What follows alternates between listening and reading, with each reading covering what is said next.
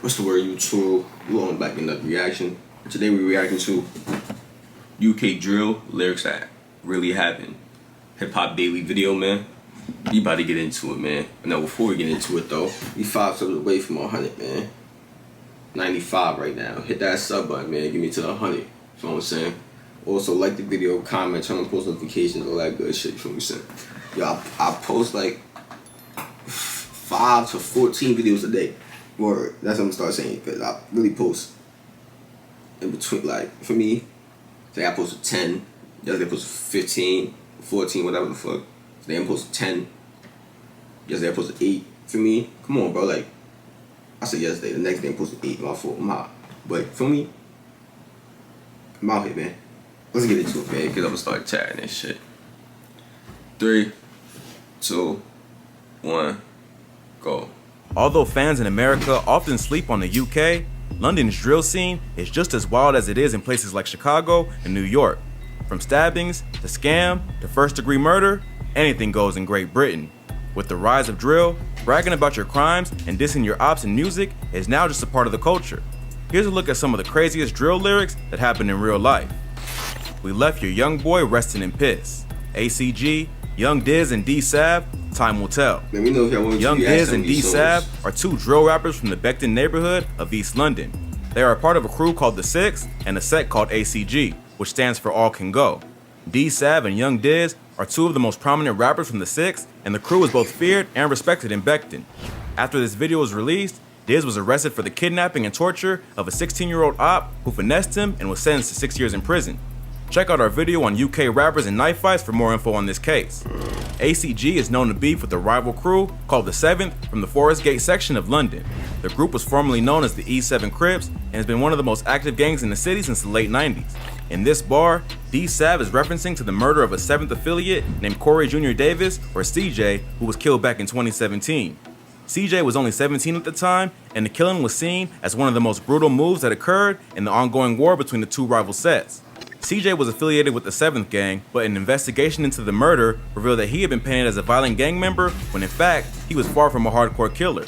His murder has been covered by many British media outlets, and the investigations show that he tried to escape the lifestyle before he was killed and didn't receive the support he needed. Before getting sucked into the gang culture, CJ was a talented dancer and a good student who received above average grades in school. But he had pretty severe ADHD and was kicked out of regular school for disruptive behavior. He was transferred to a different school for kids with behavioral problems, which was where he got introduced to the 7th gang. Gangs like the 7th and 6th are known for recruiting young kids to help them sell drugs. They would buy the kids food and clothes and then gradually force them to commit crimes. For 2 years before he was murdered, CJ tried to escape the lifestyle that he had got caught up in. He reported the gang's intimidation tactics to social workers at his school and told police that he was scared for his life. But they all saw him as an offender, not a victim, because of his associations. On September 4th, 2017, CJ and a group of other guys were walking outside of a playground in Newham when a silver Range Rover pulled up and started letting off shots. A 17-year-old was shot in the leg and CJ was hit in the head. He was brought to the hospital and put on life support, but later died from his injuries. Video surveillance footage caught the Range Rover fleeing the scene, but CJ's killers were never arrested. It wasn't clear if CJ was the intended target or the shooters just saw the group and started letting off shots. It doesn't seem like anyone would have beef with him specifically, given that he was so young and not really about that life to begin with. What's more likely is that his association made him a target and he just happened to be in the wrong place at the wrong time. It wasn't initially clear who killed CJ, but it was eventually attributed to the turf warfare between the 6th and the 7th. Not long after, Young Diz and other rappers from ACG started taking credit for the killing. Before Time Will Tell was released, Diz was featured on another track called Smoky Things, where he disses CJ's mom saying, "Mom kept shedding tears, tell her I don't give a f that her son ain't here. Ever since her son got dropped, the whole block ain't done shit. And I was laughing after I saw a pic of the mom just buried her kid." So basically, Diz is claiming credit for the hit, saying that it was just revenge after the 7th killed 2 of their members. After CJ was killed, the gang didn't do anything to retaliate, which proved that ACG is the dominant crew in the area. CJ's mother was obviously pretty angry about this song and went to the police to have it removed from YouTube. Even if CJ was an op, there's no need to drag a grieving mother into the beef, especially when her son was so young. However, this didn't stop the 6th from continuing to diss CJ, and Time Will Tell was released the following year. Not too long after, Diz was taken down for creating other young gang members and torturing one of the kids who refused to cooperate. The war between the 6th and the 7th gangs still rages to this day, and no one was ever arrested for CJ's murder. Hopefully, Diz's arrest gave his mother some closure, even though he may not have been the one who actually let off the shots. But if you thought that was wild, this next rapper mocked an op for not being able to sip lean after being shot in the kidney. Here's the... I know what's going on, then the ads for me. Go down there and like Come the video, see comment, the Royal read, Caribbean. subscribe, personal notifications. You feel what I'm saying? Bar. Phillies don't dance. TPL. You talk about Molly drinking lean, but your mate can't sip no lean. No, he can't. He got bun on his Sweet 16. That, I'm beefing Mesquines. One kidney. The Turnpike Lane Gang, also known as Touch Paper Lane, Take People's Lives, or just TPL for short, is a drill group and gang from the Turnpike Lane area of Haringey in North London. The group is divided into two sets, the 8th side, which are made up of mostly Somali immigrants, and the 15th/22nd side, which are a mixture of immigrants from Albania, Turkey, and Colombia. Jojo, Omiz, and TD are 3 notable members of TPL and have been representing the gang on the drill scene for the past few years.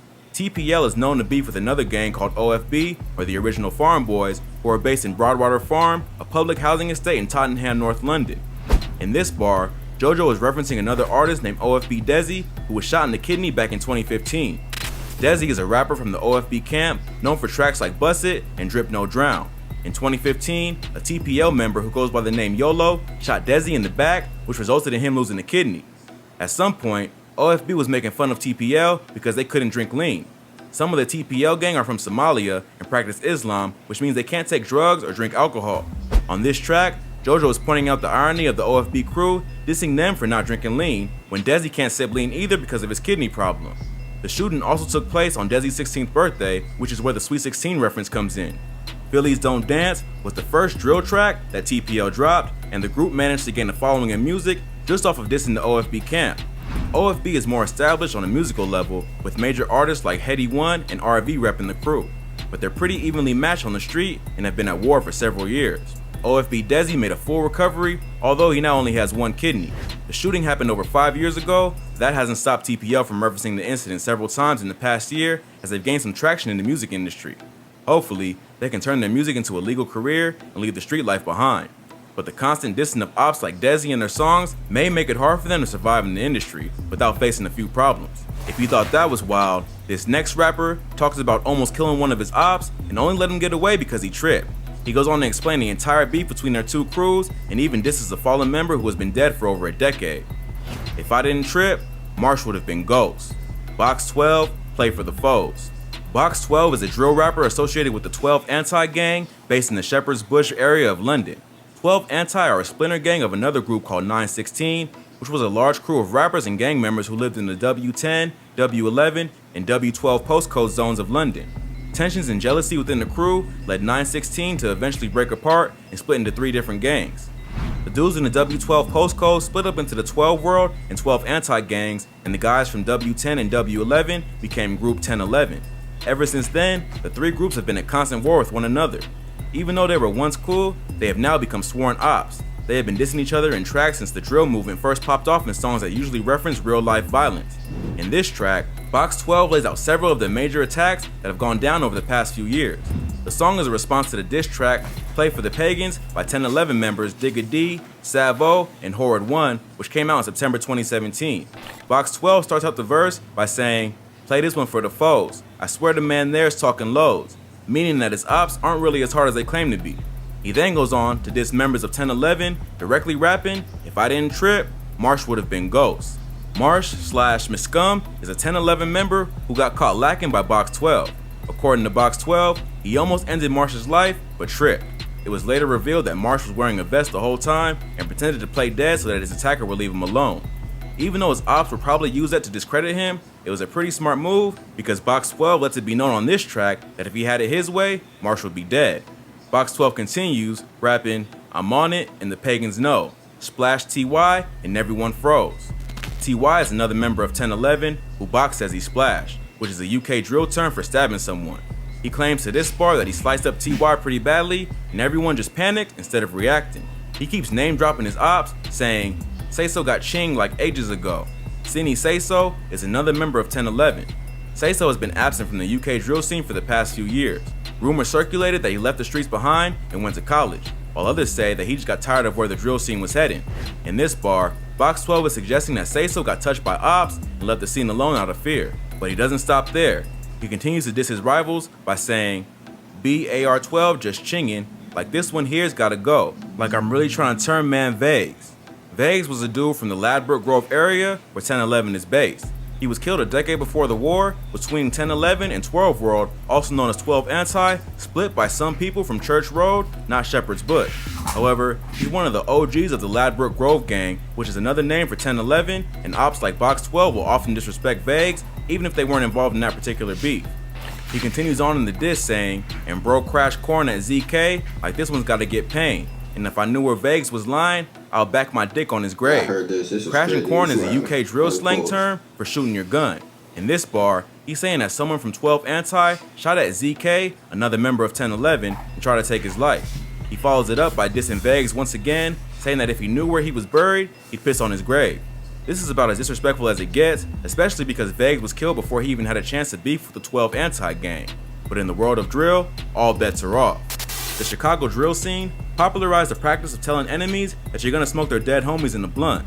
The UK drill scene is taking it a step further and will threaten to disrespect a dead op's grave years after they've been killed. Box 12 keeps coming with the insults, rapping, and we West Side chingers, but in the South where AP got shaved, and don't serve Huncho's Nan rocks, cause she ain't got the right change. AP is another member of 1011 who Box 12 claims they shaved, which means he got stabbed. He then takes the disrespect to a new level and disses 1011 member Huncho's grandmother. He not only claims that she's a crackhead who does shady business, which is a pretty low blow even for the drill scene. This bar is significant because not long before this track was dropped, 5 members of 1011 were arrested, including Digga D, Savo, and Muscum for planning to run up on 12 World for disrespecting Huncho's grandmother on social media. They were all sentenced to a year in jail and issued a criminal behavior order that prohibited them from making music referencing their ops. So it was a pretty low blow for Box 12 to diss Huncho's grandmother, knowing there isn't that much 1011 can do about it on the street or in the music, with the cops watching their every move. Check out our video on rappers arrested for making music for more info on this case. The war between 12 World and 1011 rages on to this day. The issuing of criminal behavior orders and a general crackdown on drill music in the UK has prevented certain rappers from directly dissing each other, so the musical output of the groups has slowed down, but that hasn't stopped the violence. Hopefully, both crews can focus their attention on something other than killing each other and find a way to leave the street beef behind.